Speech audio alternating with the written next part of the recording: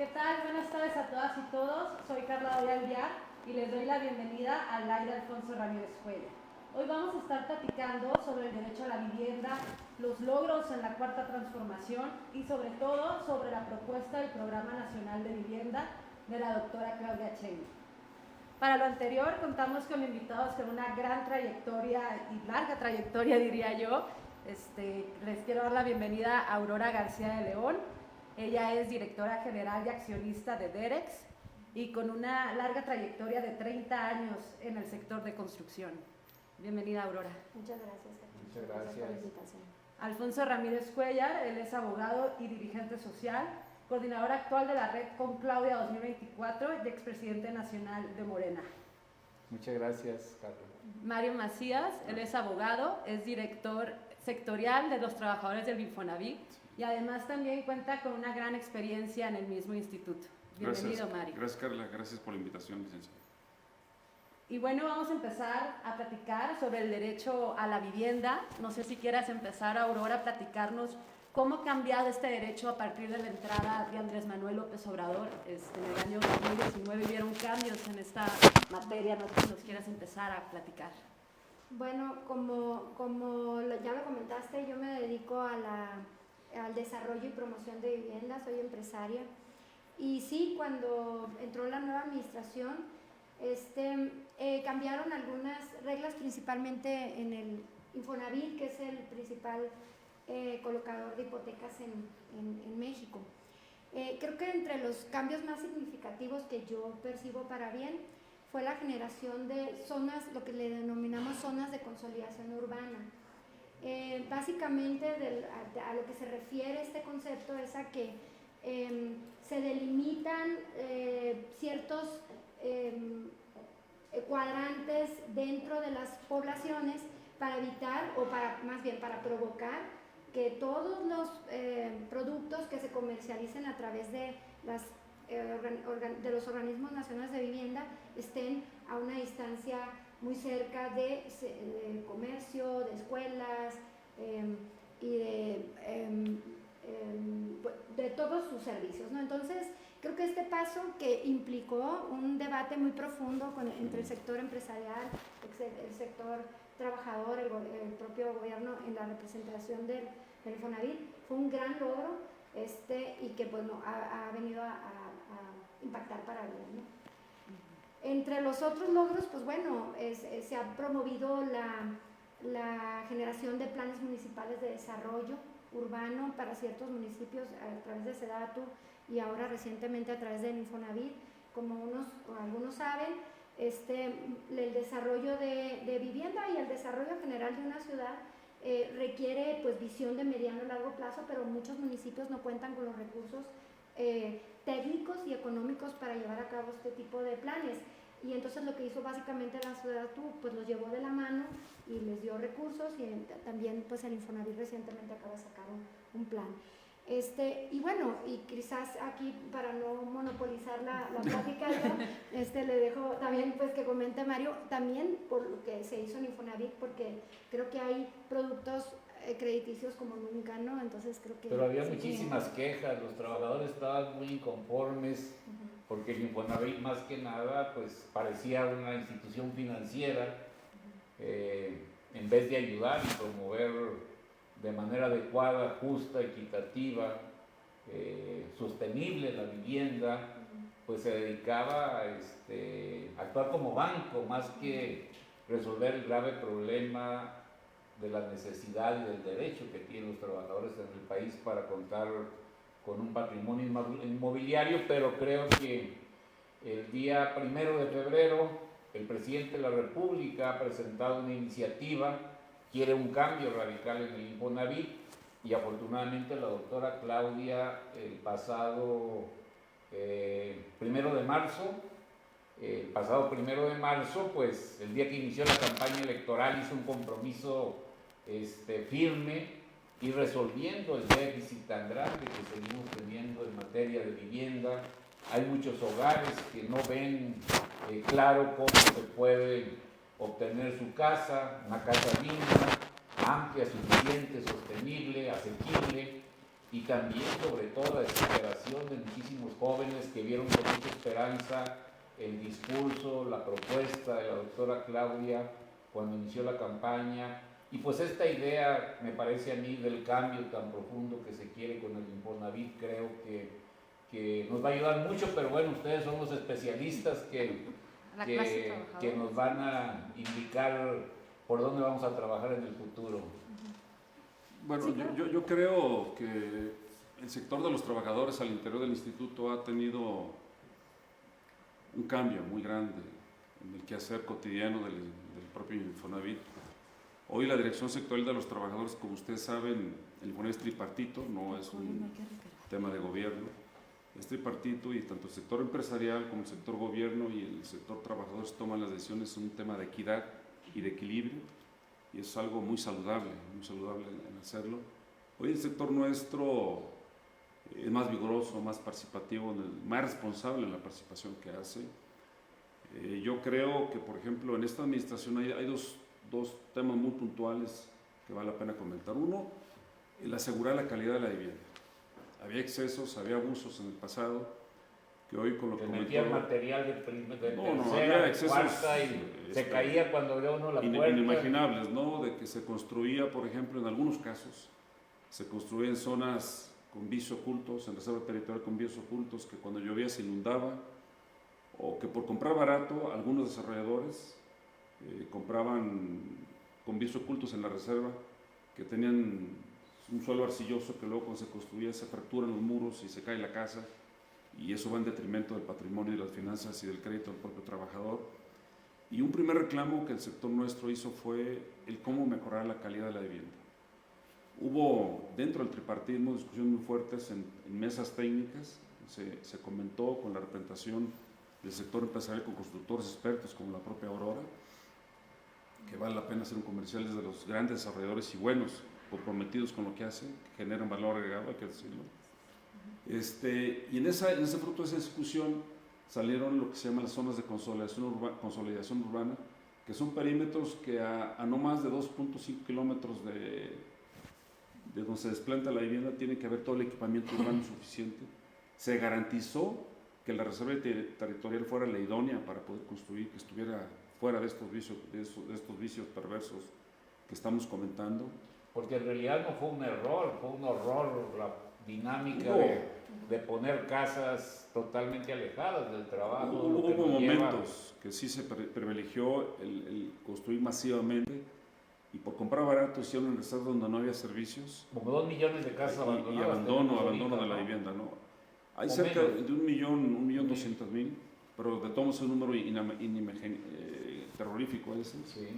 Otro producto, otro programa que se hizo con el consenso de todos fue el tema de convertir, cómo pagar menos, sin dañar las finanzas del propio instituto. Convertir todos los créditos que están en vez de salarios mínimos a pesos. Esto trajo un beneficio muy grande porque al momento de la conversión se hace una quita del capital histórico al trabajador, se le condona, se pone una tasa fija y sobre todo algo muy importante, la aportación del 5% del patrón cuando hay una relación laboral vigente del trabajador acreditado, se va directo a amortizar el capital, y eso hace que el tiempo de espera de la amortización del crédito sea más corto, ¿no? Creo que son dos de los grandes avances, pero también hay que decirlo, el presidente de la República ha sido muy respetuoso con el Infonavit, ha sido respetuoso con la autonomía de gestión presupuestal que tiene, con el tripartismo que se vive de manera muy intensa al interior. Yo recuerdo que en el 2020, lo viví muy, muy de cerca eso, hubo una iniciativa para reformar la ley orgánica del instituto y ya se había presentado a la Cámara de Diputados como Cámara de Origen, y se le pidió al presidente una reunión que invitó a todo el Consejo de Administración y a los directores generales y a los sectoriales a Palacio Nacional, y ahí se dijo abiertamente, un diálogo muy abierto, como lo es el presidente, de que los sectores, por parte del trabajador, se le dijo que no habíamos revisado con profundidad y sobre todo no se había tomado el parecer de los sectores de los trabajadores el contenido de esta reforma. Pidió, con el respeto que se merece la Cámara de Diputados dentro de la autonomía de poder que tiene, se detuviera la iniciativa y se hizo lo que tenía que hacerse.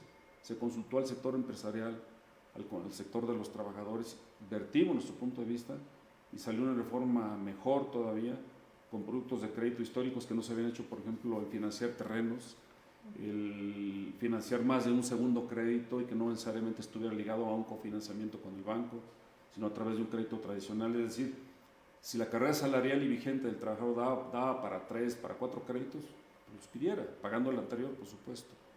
O, por ejemplo, el uso de los ahorros de los trabajadores que tienen ahí su cuenta, sin tener una relación laboral vigente en este momento, ya se permitió la flexibilización del uso de su cuenta, ¿no? Entre otras muchas cosas. Ahora el Infonavit, si pasa la reforma, si la mayoría de los legisladores y las legisladoras acepta estos cambios, tanto los que propuso el presidente el 5 de febrero como los que ratificó la doctora Claudia el 1 de marzo, el Infonavit volverá a construir. No solamente será una entidad financiera, sino que también tendrá facultades para construir nuevamente.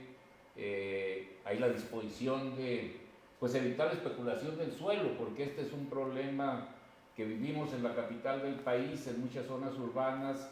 Casi es imposible comprar suelo, muchas de las veces por el precio, pero otras también por la especulación, y la idea es la creación de grandes usos de suelo, un esfuerzo muy grande, gobierno federal, gobiernos estatales, municipales, de tal manera que hubiese disposición de reservas, y además pues es la construcción de vivienda nueva, una política muy fuerte de mejoramiento de la propia vivienda, y también el esquema de vivienda en renta que puede ayudar muchísimo para ir resolviendo el déficit tan grande que tenemos. Con el tope al 30% del salario del trabajador, ¿verdad? ¿Quieres? Bueno, si quieres por ser bueno. alusión. No, es que sí. Por alusión. Hoy el Infonavit en este momento tiene la capacidad legal para poder construir. Hay que recordar que el artículo 42 de la ley del propio instituto, en la fracción primera, contempla todavía la línea 1. La línea 1 históricamente desde que se creó el Infonavit existe, pero hay que decirlo, en el 92 dejó de construir el Infonavit por excesos que hubo de corrupción, hay que decirlo así abiertamente, pero no se derogó esta fracción, licenciado. Sigue la línea 1 ahí. El Infonavit tiene en este momento la capacidad de construir.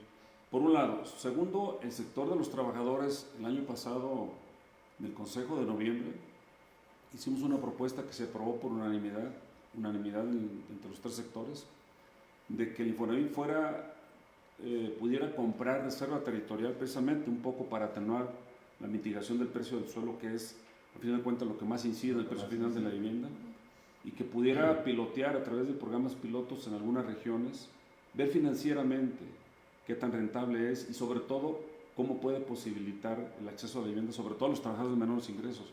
Hoy por ejemplo, del total de derechohabientes, de números así grandes, hay 76 millones de derechohabientes que tienen ahorro ahí. Existen alrededor de 24 y fracción que tiene una relación vigente, y de ahí esos 24, 5.5 millones ya tienen el puntaje suficiente, pero son trabajadores que pudieran acceder a una vivienda de alrededor de los 510,000, 550,000 pesos, que es la vivienda económica, que no existe en este momento, y es uno de los grandes retos que tiene el propio instituto. ¿Cómo hacerle para que los trabajadores de estos ingresos pudieran acceder a esta oferta de vivienda? En todo el país no hay más que alrededor de 2.500, 3.000 acciones de vivienda registradas en la plataforma Registro Único de Vivienda, que es donde registran los desarrolladores sus paquetes para poder ofertarlos a través de un crédito para los 5,5 millones de trabajadores. O sea, no existe completamente. Sin embargo, el Infonavit, hay que decirlo, si me permite, y no quiero acaparar el tiempo, no es suficiente que el Infonavit regrese a la línea 1 a construir o a través de la reforma construir. Si no hay gestión del suelo, no abona, es insuficiente. Tiene que lo que ser se puede hacer. paralelo. Usted lo dijo una vez en una reunión. Yo creo que el Infonavit está obligado a diseñar financieramente la propuesta de cómo se acceder, y todo lo que presumimos de que el Infonavit está financieramente muy fuerte, es tiempo de ponerlo al servicio de los trabajadores. Pero no es suficiente si no va acompañado de una reforma del suelo en el país. Hoy no existe, y eso hace falta también. Ahora, una pregunta yo quisiera hacer, hay el compromiso de construir 75,000 viviendas al año. Tenemos como 2 sectores muy vulnerables, a veces no son sujetos de crédito a partir del Infonavit porque no tienen fondo de vivienda, no tienen relaciones laborales, pero una de las grandes aspiraciones, quizá uno de los mayores anhelos que tiene la doctora Claudia es resolver este problema de un patrimonio inmobiliario para los matrimonios jóvenes, para los jóvenes. Y el otro también anhelo que tenemos es que los sectores medios, las clases medias de nuestro país pudieran entrar a un esquema donde pudieran ver coronado el esfuerzo de muchos años para tener su casa. Y ahorita como que, pues sí, el mercado inmobiliario resuelve el problema de los grandes ingresos, pero tenemos un cuello de botella en las clases medias, en muchísimos jóvenes, y con estos cambios que le vamos a dar al Infonavit, yo creo que los trabajadores, los sectores populares podemos tener un aliciente para tener un suelo barato, más regulado, un crédito, como decía Carla, que se pueda pagar, y pues resolver el déficit, porque al final de cuentas, pues este es un derecho y el derecho tenemos que conquistarlo y hacerlo realidad. Claro, yo celebro que el tema de vivienda sea un tema central, o sea, que lo estén tomando y con este nivel de intensidad y que se haga este foro, porque realmente, y sobre todo el tema de vivienda social, porque realmente, además de que lo considero un derecho humano, es una necesidad, a mí me preocupa de verdad el que no estemos alcanzando a llegar a ese segmento, porque al final de cuentas la población está creciendo, las familias siguen formándose, y al no tener opciones para resolver su necesidad de vivienda, pues empiezan a irse por caminos quizás a invadir o a vivir en hacinamiento, y eso va en detrimento de nuestro tejido social, de nuestra cuestión ambiental y económica. Entonces, este es un tema fundamental al que hay que ponerle atención, y eso es sin duda muy bueno, muy bueno. Creo y coincido con lo que comentó el licenciado Macías, Mario, voy a decir ya. La verdad es que estos debates, cuando estuvimos revisando las zonas de consolidación urbana, fueron ricos, fueron intensos, y creo que fueron de enorme aprendizaje. Y ese ejercicio llevado ahora a los nuevos temas que están surgiendo, creo que pueden traernos soluciones muy creativas y sobre todo hacer sinergias entre los distintos actores, porque el reto es muy grande, como ya se mencionó, y tenemos que utilizar todas las fuerzas que tengamos y todas las capacidades instaladas en todos los ángulos. Adicional, ahorita se mencionaba la especulación de suelo, pero hay otras cuestiones que también están afectando a la producción social de vivienda, que tienen que ver con los municipios, con los gobiernos locales. Por ejemplo, pues los tiempos que duran los trámites, los costos. Hay cuestiones que, por ejemplo, una licencia de construcción es al final de cuentas una validación de un proyecto, y no tiene sentido que se esté encareciendo, porque algunos municipios lo ven como fuente de ingresos, no tienen la visión de que sea algo que va a resolver una necesidad social. El costo de los materiales. Entonces creo que hay que ampliar este diálogo que ya se está haciendo. A los gobiernos locales hay que integrarlos para que hagan también su parte, porque aún el Infonavit, con toda y la fuerza y lo robusto que es, se va a terminar enfrentando a esos riesgos. Pues va a tener que llegar un gobierno local, va a tener que adquirir una tierra, va a tener que hacer una gestión, y eso creo que si trabajamos en conjunto con Infonavit, con las autoridades federales, podemos encontrar buenas soluciones. Lo importante es que ya esté el tema, porque a veces se perdía, se diluía, entre otras tantas prioridades que hay, ¿no? Por eso hay que celebrar el Programa Nacional de Vivienda de la doctora, ¿no? ¿Nos quieres platicar más puntos, Alfonso? Pues yo sí, como que ella está agarrando el toro por los cuernos, porque pues hay una relocalización de inversiones, Sonora, sobre todo toda la zona metropolitana de Nuevo León, de Monterrey, Chihuahua, Ciudad Juárez, Reynosa, Matamoros, Tijuana, pero también Jalisco, Guanajuato, Querétaro. Son zonas que están atrayendo y relocalizando empresas, nuevas inversiones, y ahí la doctora ha dicho aquí, o me resuelven todo el problema de servicios públicos, hay una planeación urbana adecuada, nada que nomás aviento la nave industrial y nadie se hace responsable ni de vivienda, ni de clínicas, ni de pavimento, ni de agua, ni de drenaje, nada de eso. Ahora esta nueva globalización que vamos a vivir, esta relocalización de inversiones y de mayor empleo, tiene que estar acompañada por sobre todas las cosas de vivienda.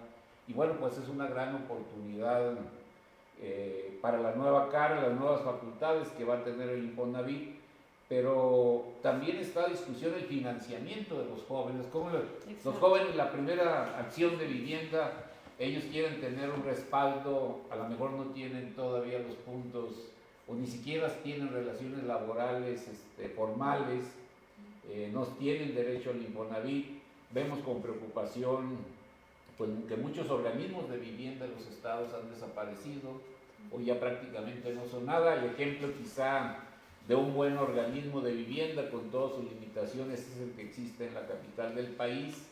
Sigue otorgando financiamientos, acompaña a las familias para conseguir terrenos adecuados, es generadora de consensos en la construcción, pero como que los organismos paralelos al Infonavit tienen que ser fortalecidos. Debe haber un banco hipotecario, porque no tenemos un banco que pudiera atender las necesidades de crédito de muchos emprendedores. Yo insisto en las familias jóvenes, como que ahí tenemos un cuello de botella, y la doctora Claudia está súper decidida a dotar de vivienda a millones de jóvenes en México, pero sí necesitamos como una reconstrucción completa, aparte de la reforma del Infonavit. Y Aurora dijo una cosa: tiene que haber sinergia, compromiso de gobiernos municipales y gobiernos estatales. Tiene que haber una voluntad para ver la construcción de vivienda también como generación de muchos empleos. O sea, es una cosa muy importante en materia de generación de empleos. Lo vimos después de la pandemia, como toda la industria inmobiliaria detonó muchísimos empleos. Aquí en la capital del país nos sacó de una situación muy crítica. Entonces, yo creo que tenemos las mejores oportunidades, pero bueno, ustedes, junto con esto que anunció Claudia el 1 de marzo, ustedes nos indicarían cuáles serían los pasos a seguir para hacer realidad estos anhelos, estos propósitos, estos derechos. Qué importante que se está poniendo el ojo en los jóvenes. Yo tengo hijos jóvenes ahorita, ¿no? Mi hija tiene 27, mi hijo 24, justo están en su etapa de búsqueda de vivienda. Y sí, con las dificultades que se está comentando ahorita en como este que momento. Los jóvenes salieron antes de la pandemia de independizarse, y después para atrás los Tinder, y luego estamos viendo regresar a la casa de sus papás. Una diversidad también en la formación. Ya no son las familias tradicionales. El Infonavit hizo un estudio al respecto, donde se ve que ya empiezas a ver diferentes formatos de familia, amigos que viven otro tipo de formatos, no nomás papá, mamá, hijo pequeño, viven con sus familiares, una abuelita con su nieta, bueno. Entonces, creo que, específicamente volviendo a los jóvenes, va a ser bien interesante escuchar las preferencias de ellos. En el caso de nosotros, hacemos sondeos y, por ejemplo, le dan mucha importancia a las áreas verdes. Ellos, por ejemplo, dicen, en el diseño de una vivienda, puede tener una cocina muy pequeña, yo ni cocino en la casa, o sea, yo estoy afuera. O los famosos que viven juntos, co-living, que les llaman, o sea, que comparten cuartos. Bueno, creo yo que adicional al financiamiento, que es muy positivo, quizás ahorita tenemos que poner sobre la mesa qué preferencias tienen los jóvenes en aras de atenderlos de la mejor manera posible, ¿no? Y las preferencias, por ejemplo, también son distintas, no sé, un estado en el norte al sur. ¿Qué lo diferencia? Yo sí quisiera comentar, El Infonavit, que en el sector de los trabajadores vemos el Infonavit posible y que lo hemos construido, y lo voy a decir, en estos 5 años y medio de gestión de esta administración hemos recorrido el país integrando a todas las organizaciones sindicales, a todas. Hoy la dirección sectorial no es de una ni de 2 centrales, es de todas, porque legalmente la ley nos otorga la representación de las organizaciones sindicales con la administración, de ser el enlace. Hemos estado trabajando, construyendo mediante un diálogo muy concreto, y vamos a un Infonavit posible, por un lado, cómo incrementar la capacidad de compra de los trabajadores. Hoy, por ejemplo, el debate está, y no nomás en las propuestas electorales, en el sector inmobiliario el debate está en que regrese el subsidio fiscal. En lo personal creo que el tema del gasto fiscal va a estar muy restrictivo en la próxima administración, y el Infonavit tiene fortaleza financiera para del propio fondo incrementar la capacidad de compra de los trabajadores. Hoy, por ejemplo, el instituto tiene un fondo de liquidez que el mes de febrero ya cerraron alrededor de los 700,000 millones de pesos, que lo tenemos invertido en deuda y en acciones. En los próximos 3 años se van a vencer de deuda alrededor de 436,000 millones de pesos. Es decir, hay liquidez.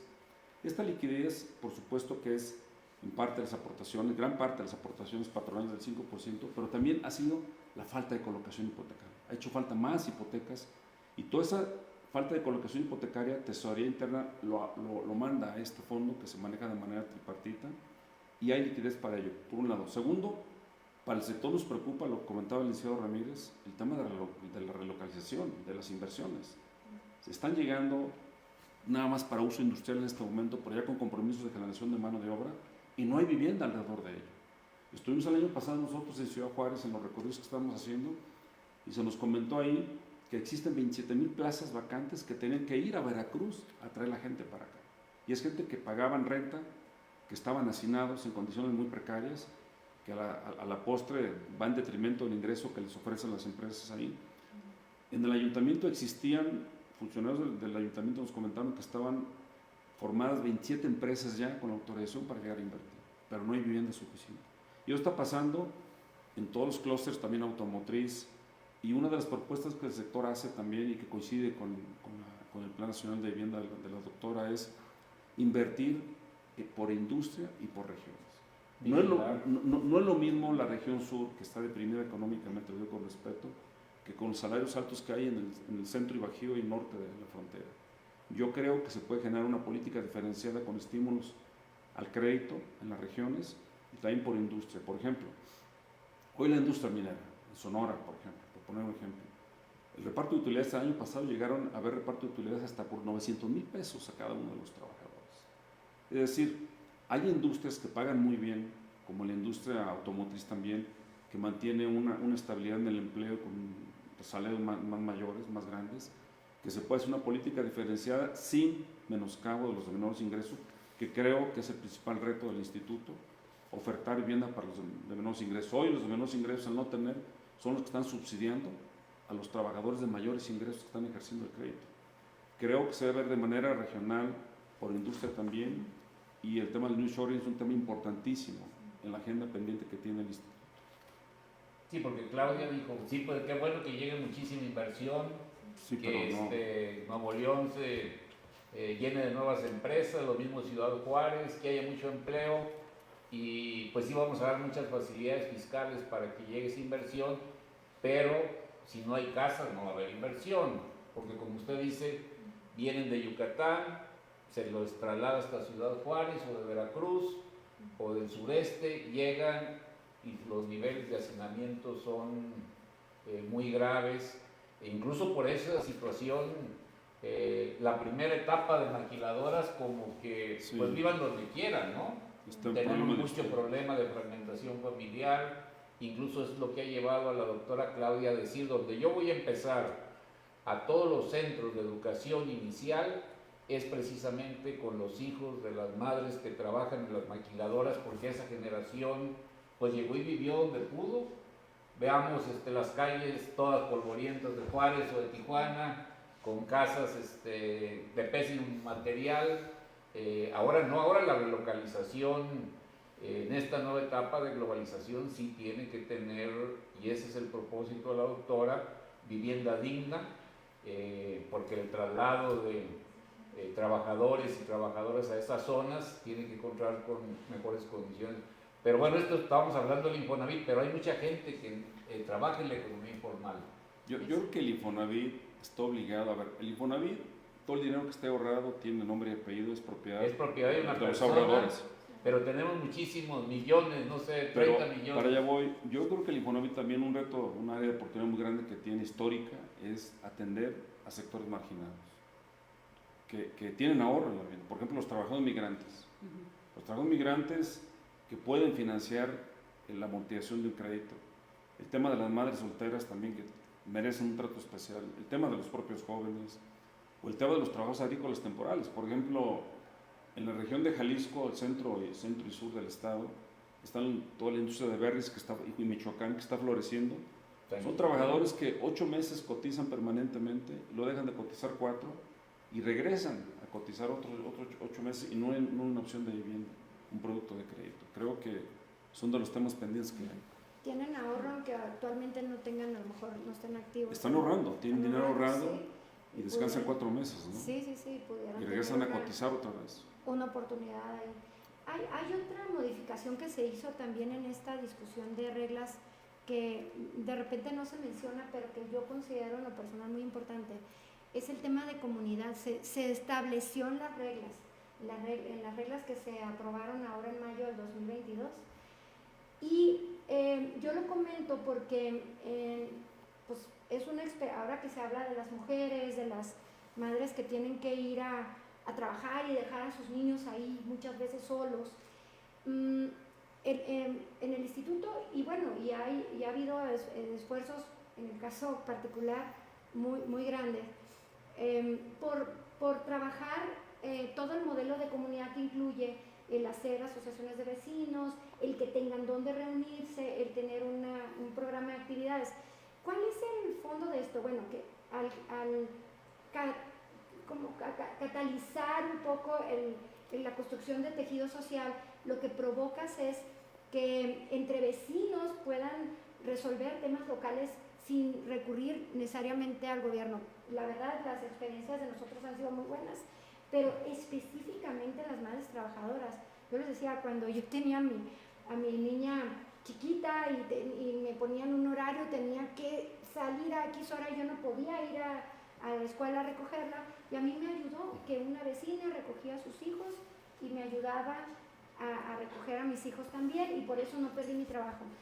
Ese ejemplo lo pongo así porque la logística de una mamá trabajadora es complicada en el día a día, y la construcción de tejido social ayuda a resolver ese tipo de temas, y eso se incluyó en la nueva reglamentación del Infonavit que se aprobó en el 2022. Entonces, creo que son pasos muy grandes. A veces no se menciona tanto la sostenibilidad social, pero están contribuyendo a que cada vez lo que se ofrezca sea mejor, ¿no? ¿En DEREX lo trabajan así o tienen Muy algún fuerte, programa? muy Ajá. fuerte. De hecho, es nuestra marca comunidad. Es más, no es casa, es comunidad, porque no es solamente eso, hay que pensar en las dinámicas que se dan. Sé que en Ciudad de México se cuece aparte y aquí se ven las asociaciones de vecinos, muy formadas, pero yo tengo un dato por ahí que a nivel nacional alrededor del 19% de las personas participan en una asociación vecinal. En el norte es mucho más bajo, andamos como en el 9%.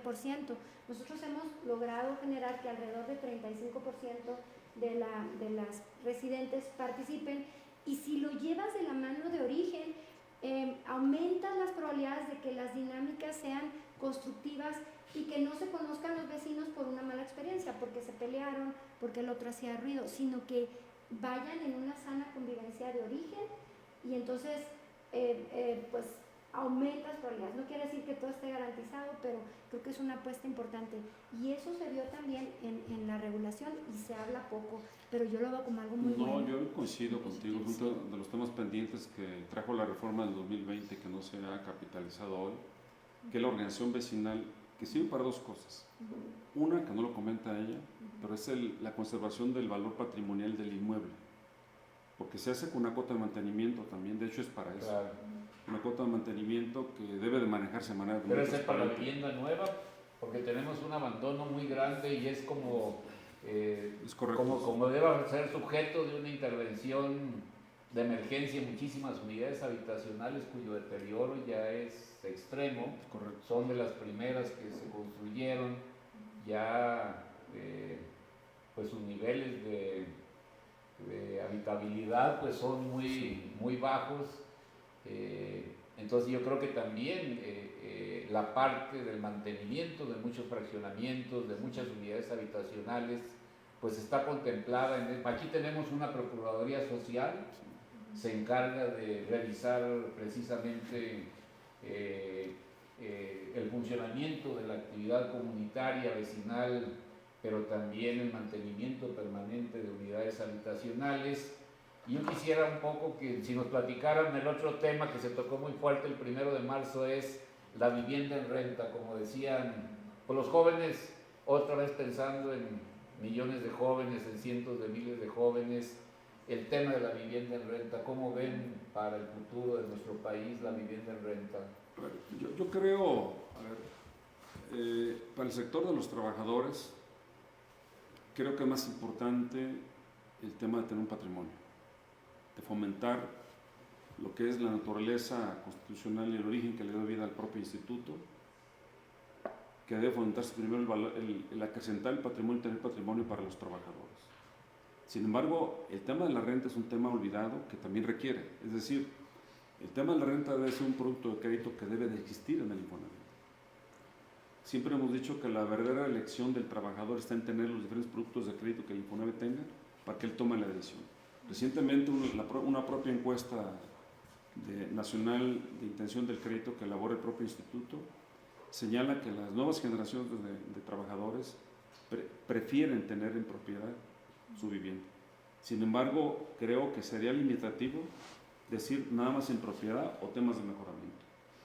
Falta la vivienda en renta, falta en la oferta de créditos que deba tener el Infonavit para que el trabajador tenga las opciones, porque... ¿Cómo qué país es así súper exitoso en materia de vivienda en renta que pudiéramos tener? Alemania, ¿no? Tiene Que como pudiéramos tener aquí como un mercado muy fuerte, porque como decía Aurora, como que ya no todos quieren tener en propiedad una casa, ¿no? A lo mejor algunos quieren tener simple y sencillamente una vivienda en renta, ocuparla de manera temporal, de cambiarse cuando consideren necesario, escoger de mejor manera a partir de áreas verdes, de áreas comunes muy sólidas, como qué es lo que necesitaríamos hacer aquí para fortalecer este proyecto que tiene Claudia de la vivienda en renta. Sí, yo creo que es una necesidad, sin duda, porque tenemos que darle todas las ganas, como comenta aquí Mario. O sea, sí hay gente que ocupa distintas cosas y ahorita no debería ser limitativo, deberíamos de tener todas las opciones. Tengo entendido por ahí que el indicador de vivienda en renta en el país anda en el 14-15% y hay referencias, principalmente europeas, que pueden llegar a andar en el 70% del parque habitacional en renta. Hay un campo de acción sin duda. Yo en lo personal estuve en un proyecto de vivienda en renta que se sacó. Produje en mezcla nuestros proyectos y hago énfasis otra vez que es diferente lo que se hace en la mayoría de los estados que lo que sucede en Ciudad de México. Creo que en Ciudad de México a lo mejor es una población con prácticas más avanzadas con relación a la media de ciudades quizás que hay en el resto del país. Entonces, hay menos vivienda en renta ya. Sí creo que es muy importante en los conjuntos en renta que trabajemos en tener elementos que aseguren que haya plusvalía en el tiempo para que sigan siendo deseables, porque tenemos que pensar que es una población que va a estar entrando y saliendo en esas viviendas, no va a estar ahí de planta, entonces van a rentar 1 año o 2 años, no sé, y luego tienes que ir rotando y tienen que mantenerse. Entre los elementos, nosotros hemos ido haciendo como un tracking de qué proyectos han tenido más plusvalía con relación a los que hemos hecho, ¿no? Y nos damos cuenta que en los proyectos en los que ponemos énfasis en el entorno, más que en sí en la casa, tienen mejores desempeños a futuro. Entonces, ¿a qué me refiero con el entorno?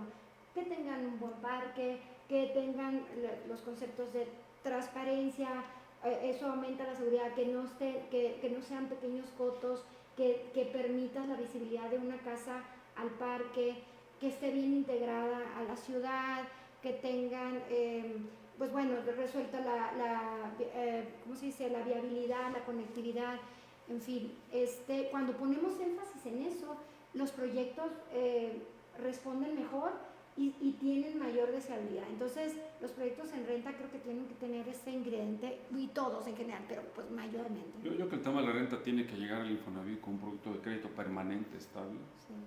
sin duda, pero también hace falta la discusión al interior del Infonavit del tamaño, el tipo de materiales a construir por región y el tema de la progresividad. Es un tema que está detenido. Hoy lo que se blindó, y para el sector de los trabajadores por el momento es satisfactorio, el tema de la calidad, que no hubiera los vicios, de construir sin servicios, construir en el despoblado, y el tema de la calidad de la construcción y el diseño y la ubicación. Pero hoy sigue la discusión el tamaño, y el tamaño por supuesto que no es por decreto ni por acuerdo, es un tema de mercado también, pero hay que ver qué fórmula financiera es la más adecuada para el tamaño, el tipo de materiales, cada región es diferente. No puedes construir con un material de occidente que en el sur, o la zona de Hermosillo que es durísima por el calor, o el tema de la progresividad. Hay trabajadores en diferentes regiones del país que están pidiendo la progresividad. ¿Sabes qué? Míramela con un cuarto por este tamaño, yo lo sigo construyendo más. Y es un tema que hay que discutirlo todavía. Porque si tú resuelves un entorno bien hecho y le das la posibilidad de que pueda crecer su vivienda, es algo que al trabajador está en sus manos resolver. Es más difícil que vaya y resuelva una calle mal hecha o un parque mal hecho. En cambio, en su casa sí lo puede hacer y eso puede acercar la vivienda a la gente que ahorita no lo tiene, o simplemente porque hay familias unifamiliares. Ahorita la diversidad de familias ha cambiado. Me llamó mucho la atención el estudio del Infonavit. O sea, ves cómo ya hay distintas necesidades y a lo mejor el hecho de ponerle unas ciertas dimensiones pues deja fuera un segmento, ¿no? Habría que estudiarlo a fondo, pero sin duda la renta pues se requiere en el Por país, supuesto ¿no? que se requiere. Sin duda. Claro, y forma parte de la propuesta de Claudia, ¿no? Fomentar la renta, ¿no? También. La certeza. Pues entonces, como Mario es patriota del Infonavit, pero tenemos mucha gente fuera del Infonavit, ¿qué vamos a hacer con Ahí el tema, esa respuesta se lo hemos dado llevando 3 veces que le comento. Es que Son muchísimo. 55%, ¿no? Yo creo, a ver, Sí. así de manera muy puntual, yo creo que el tema de gasto fiscal que se puede hacer en la vivienda debería ser allá. Sí. Hoy el Infonavit, y lo digo con mucha responsabilidad, no quiero verme con una sobradez, el Infonavit puede financiar el incremento de la capacidad de compra del trabajador con los propios recursos del Infonavit, no a fondo perdido, porque sería un hoyo financiero, sino amortizable por el trabajador. Hoy se puede hacer eso. Y yo creo que el próximo gobierno, la doctora, debe de enfatizar el gasto fiscal en los trabajadores que no tienen ahorro en el instituto y que tienen, a ver, el derecho a la vivienda es un derecho humano, nada más que lo que hay en el Infonavit es derivado de una relación laboral, de una prestación laboral Y de un ahorro. y de un ahorro de los trabajadores.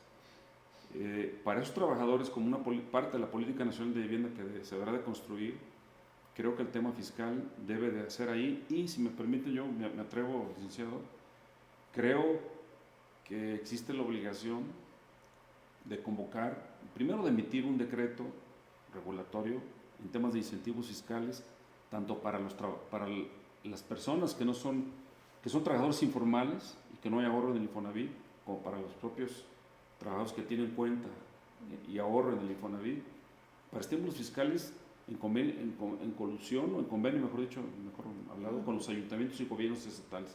No hay una gestión en ese sentido.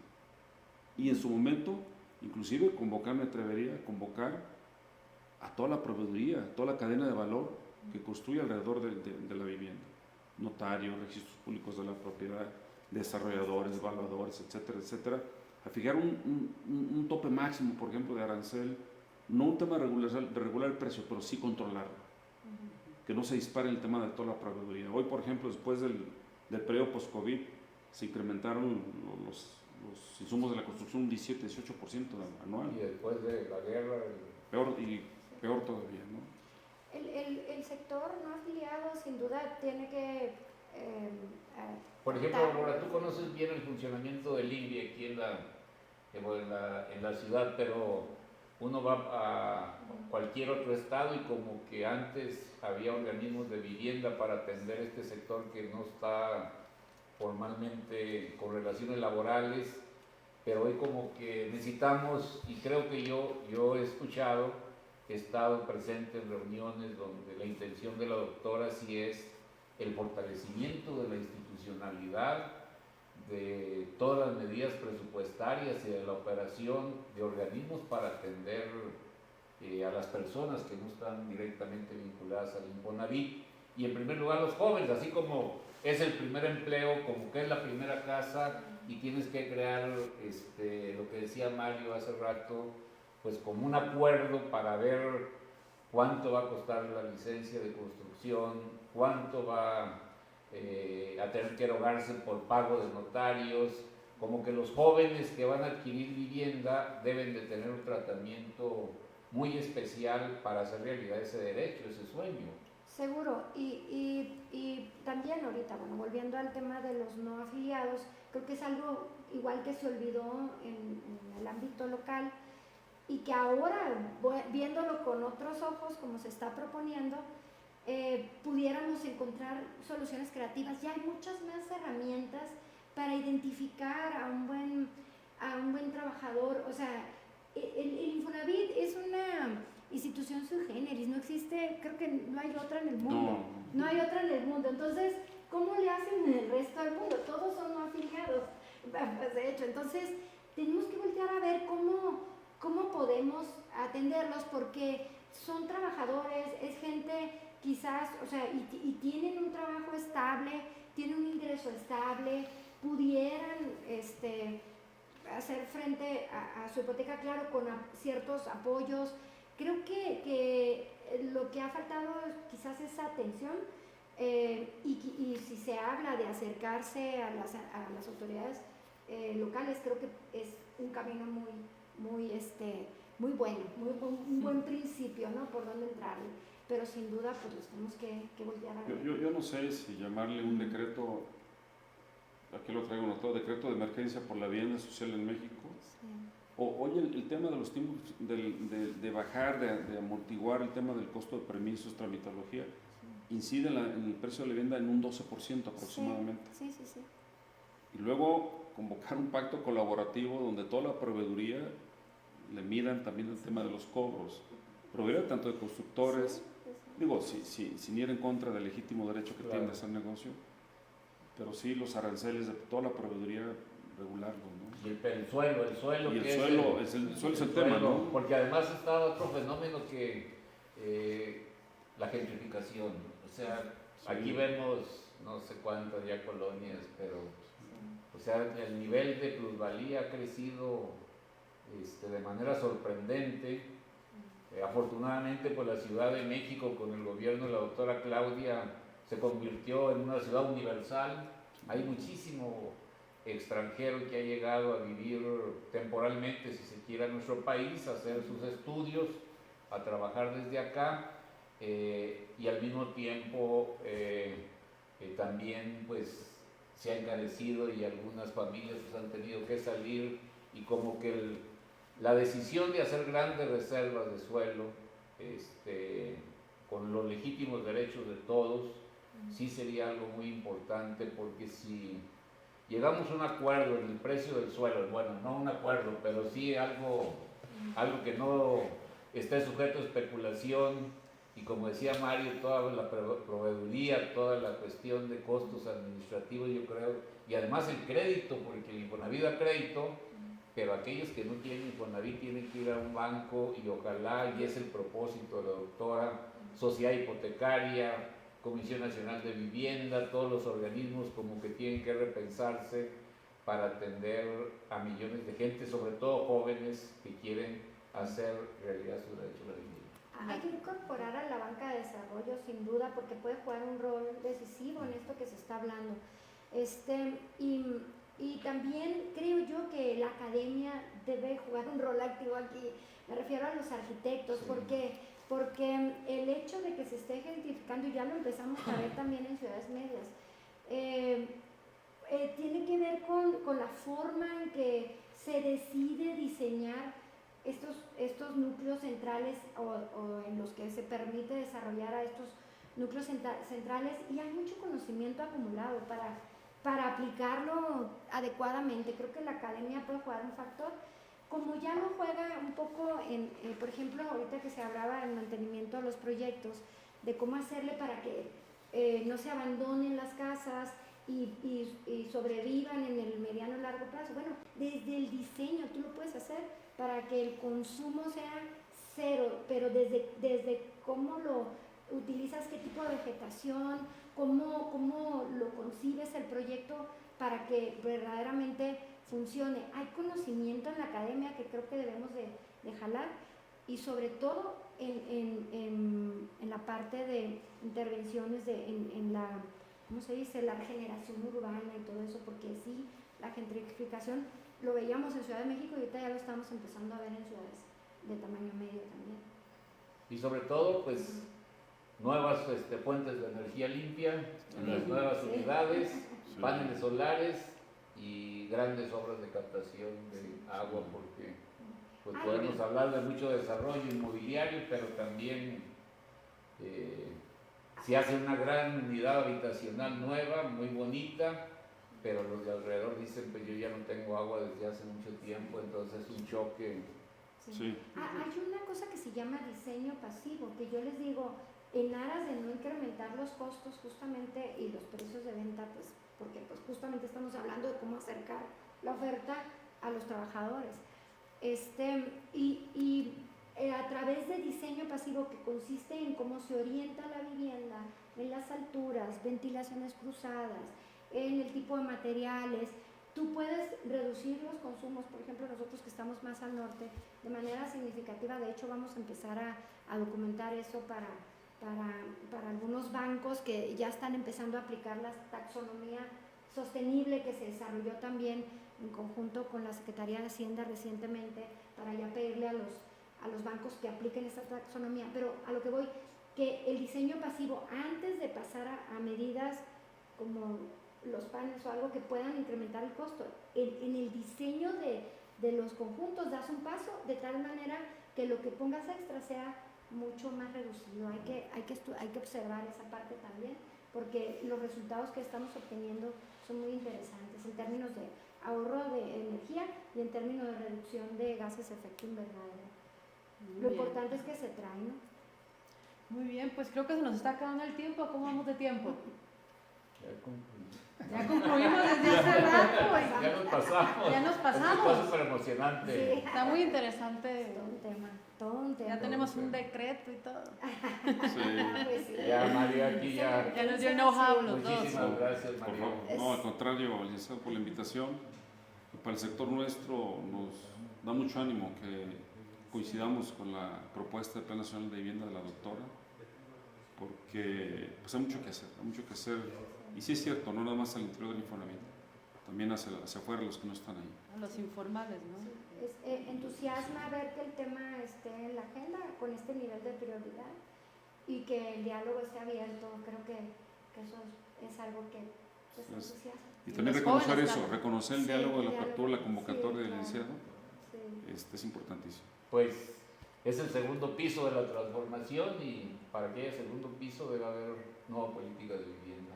Con los Viviendas jóvenes. dignas y vivienda para los jóvenes y a precios adecuados, con toda la sustentabilidad y la calidad de los materiales y ubicadas en buenos lugares, que no repitamos esa historia de terror de cientos de miles de casas abandonadas porque no las fueron y las tiraron ahí, con un sacrificio enorme para las finanzas públicas, pero para los bolsillos Los de las trabajadores. familias, de los trabajadores también.